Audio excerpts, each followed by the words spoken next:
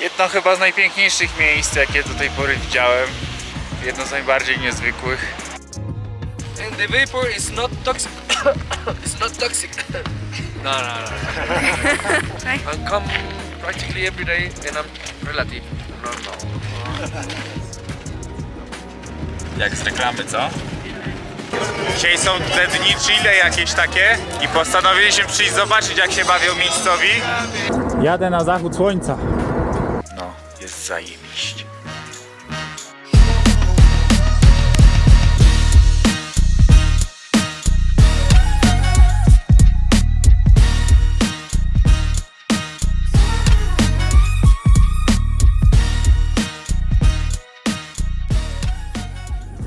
Jesteśmy właśnie w knajpce i co wam chcę powiedzieć, jakbyście w tym Chile byli, to prawie każda knajpa ma dania dnia i one są w najkorzystniej cenie.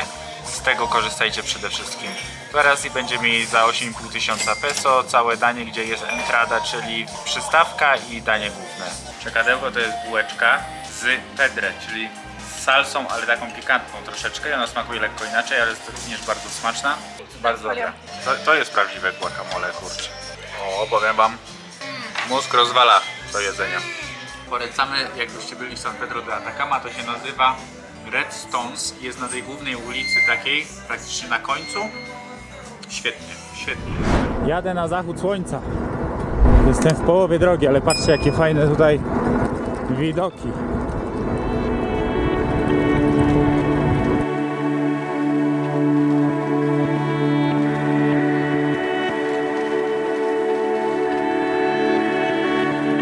Warto podjechać pół godziny i być może drałować bez silnika z powrotem, bo mam ostatnią kreskę.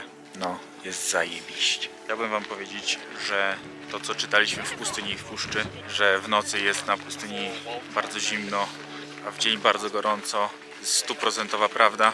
Wraz z tym jak słońce zniknęło za górami, musiałem założyć bluzę i kurtkę i zacząć żałować, że nie mam długich spodni. Patrzcie, ile ludzi przyjeżdża na zachód słońca i iloma busami. Wszystko zapłacone. Ale mają biznes na tej wycieczkach, dlatego że faktycznie to można zrobić albo swoim autem, a dużo ludzi ma wypożyczonych, a i tak nie korzysta, albo właśnie my też w sumie chcieliśmy wykupić tą wycieczkę, mimo że mamy kampera. No i nam polecili te rowery ze względu na to, że po prostu najprzyjemniej. Także zapytaliśmy go, to czemu w ogóle tak ciśniecie na te wycieczki? Czemu to jest takie drogie, skoro to jest takie łatwe w ogarnięciu? Biznes. No nic, ciśniemy, bo jutro jedziemy na gejzery, a wyjazd na gejzery jest o 4:30 rano, czyli jak dla mnie 4:30 w nocy. Także ciśniemy.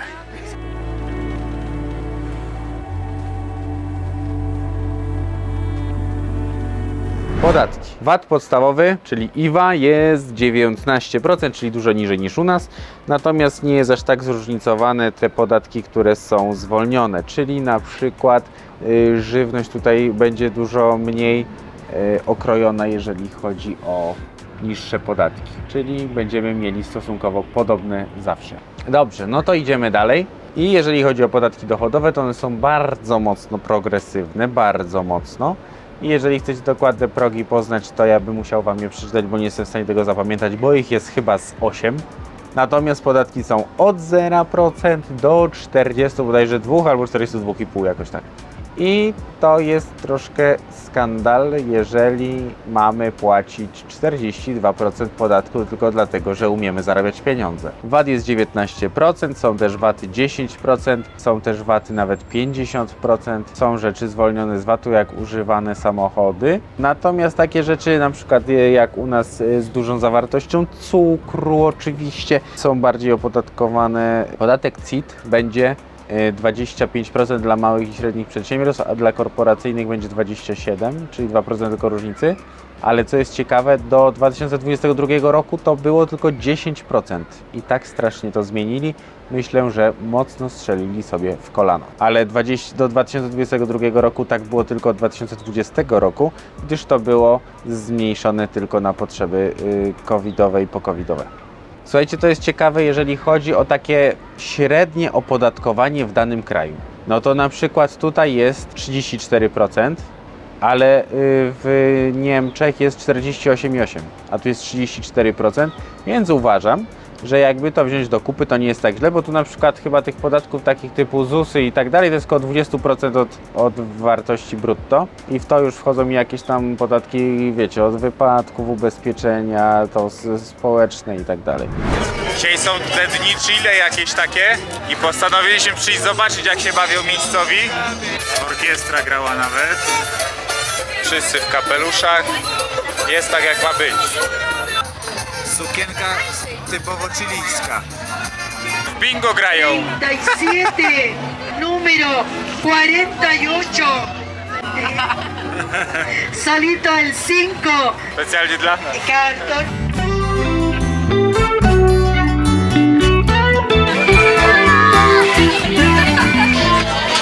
Założyła sobie tani bezrękawnik z Urugwaju. Założyła sobie saszetkę, siedzi na krześle tej kobiety i każdy chce jej płacić.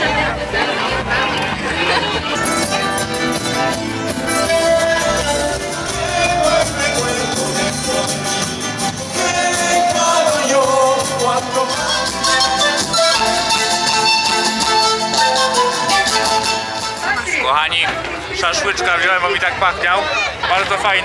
Bardzo fajne mięso. O dziwo głównie mięso. Może nie o dziwo, tu się chyba tak jada po prostu. Nie wiem dlaczego, wydaje mi się, że to jest trochę klimat tego miasta, że jakby jest wjazd do miasta i się asfalt kończy. I w całym mieście musi się kurzyć i być tak. Ale to chyba dlatego, że tak po prostu tutaj chcą zrobić taki klimat. Bo gdyby to była kwestia finansów, no to bo chociaż na przykład, nie wiem, część ulic była wyasfaltowana albo coś, nie? A oni tu mają kasę raczej z podatków, bo tu jest mnóstwo turystów. I patrzcie, gdzie śpimy.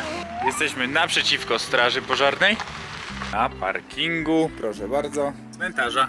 Jak wykupywaliśmy wycieczkę, to cisną bekę właśnie z kamperowców, że tu śpią, nikt nie wie dlaczego. Tak się utarło.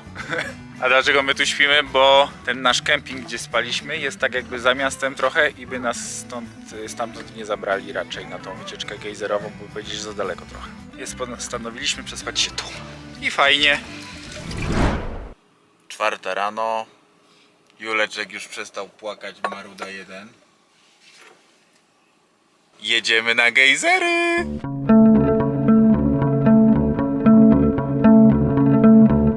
Jesteśmy na miejscu. Jesteśmy znowu ponad 4000 metrów. Jest tu -7. Dobrze, że wzięliśmy kurtki zimowe. Tak nam Klaudia poradziła, żebyśmy jednak wzięli kurtki, nie tylko bluzy i wiatrówki. Także jestem wdzięczny mojej żonie, bo jest naprawdę zimno. Patrzcie, jak nas ugościli ładnie jajecznicą, gorącą czekoladą, kawką, soczkiem. Jem sobie jajeczniczkę, popijam gorącą czekoladą i trzęsę się z zimna. Zaczyna być widać gejzery, zobaczcie. Opowiem wam pewną historię sprzed 2 lat.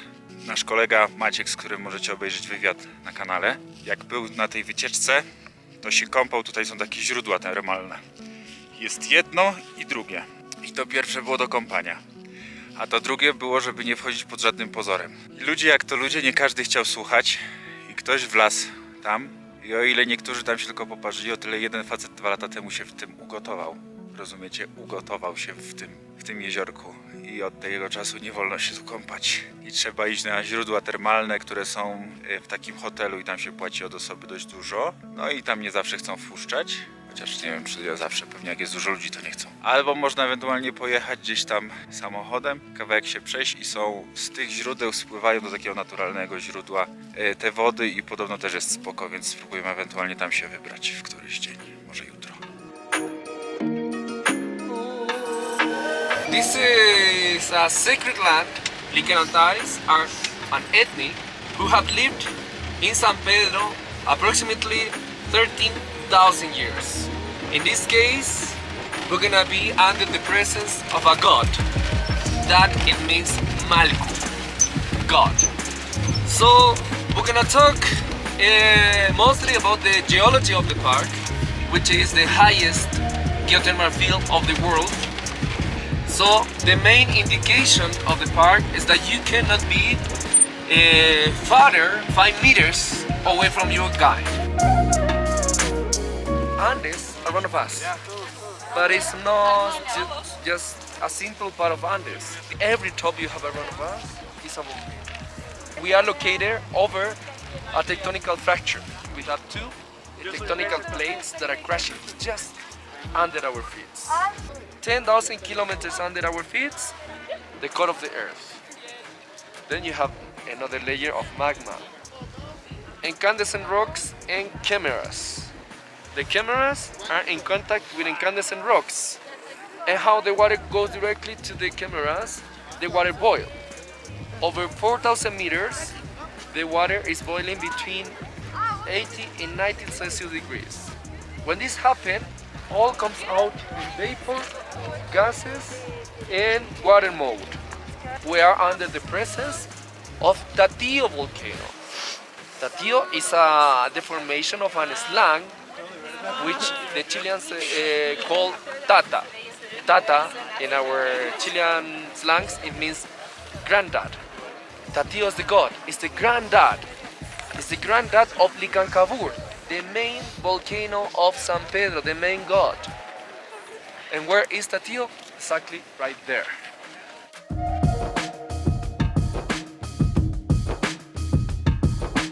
Chciałbym wam powiedzieć też, że pomacam, podotykam. Zimna. Ale pomacam jeszcze tu. Ciepła, ale nie gorąca. Grubo tu jest bardzo fajnie, no i tak magicznie. Byłem w parku Yellowstone kiedyś w Stanach Zjednoczonych. Tam jest pięknie, ale tu jest tak magicznie. Posłuchajcie, bo nasz pan przewodnik mówi, że to jest dźwięk pochodzący bezpośrednio już z jądra Ziemi. Nieźle. And the vapor is not toxic. It's not toxic. No. In short disposition, it's not gonna happen now. Okay. I come practically every day and I'm relative normal. Tutaj to jest inny rodzaj gejzera, nazywają go wulkano, a ten rodzaj gejzera nazywają flat, czyli płaski taki. Gotuje się cały czas. In the local folklore, the people call the geyser as water volcanoes. That looks as one of them. Hypothermophilus bacteria and orange stains. Then you have green colors. Those are vegetations that survive in. Again. O, wybuch. Came to say hi. Wow. Słuchajcie, mi się tu bardzo podoba, tylko żeby było trochę cieplej, żeby było całkiem super, bo już nawet mówię, chyba nie wyrazi, bo mi usta zamarzły. Gejserita. Musimy dać mu czas. You know what we have to do? What? A human sacrifice for the Mother Earth. Wow, jak strzela. Prawie nie chlapię. Oh, it's really hot. Posłuchajcie.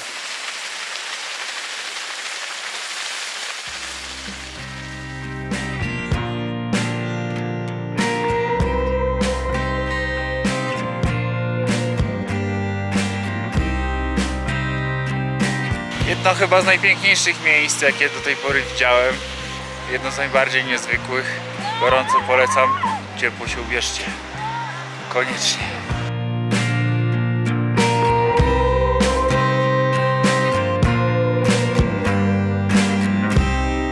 Nie wiem, czy widzicie, że tu jest tak jedna droga, druga droga, trzecia droga, a my jedziemy czwartą.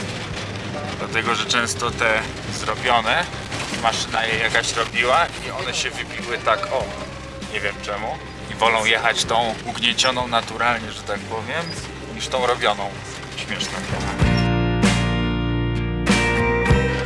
Zobaczcie, że tu nie ma drogi, my po prostu jedziemy pustynią, piaskiem.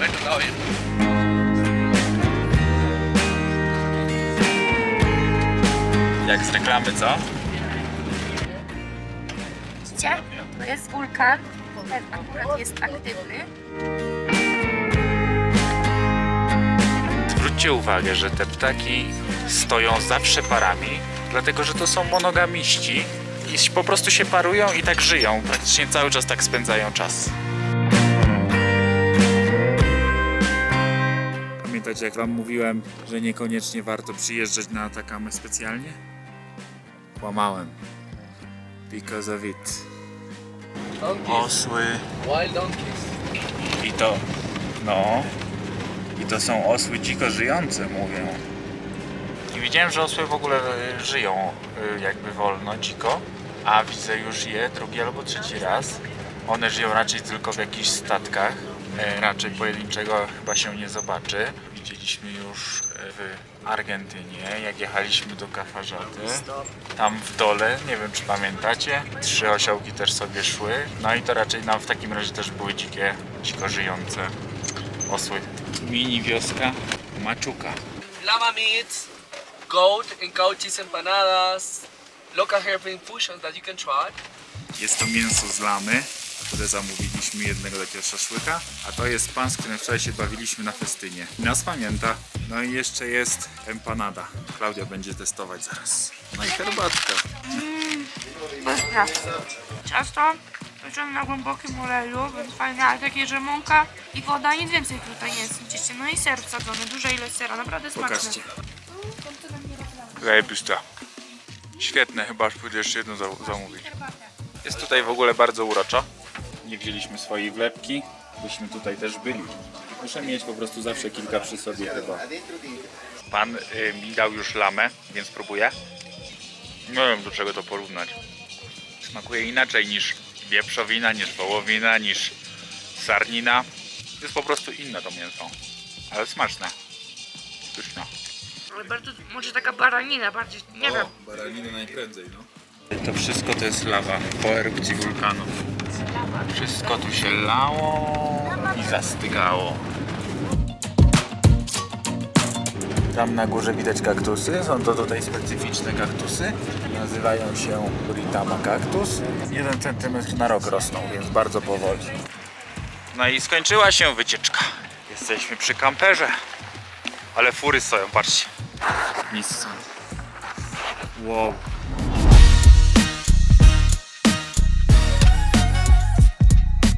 Julianek, powiedz jak jest? Super? Nie? Ale jest pięknie. Mnie coś palca.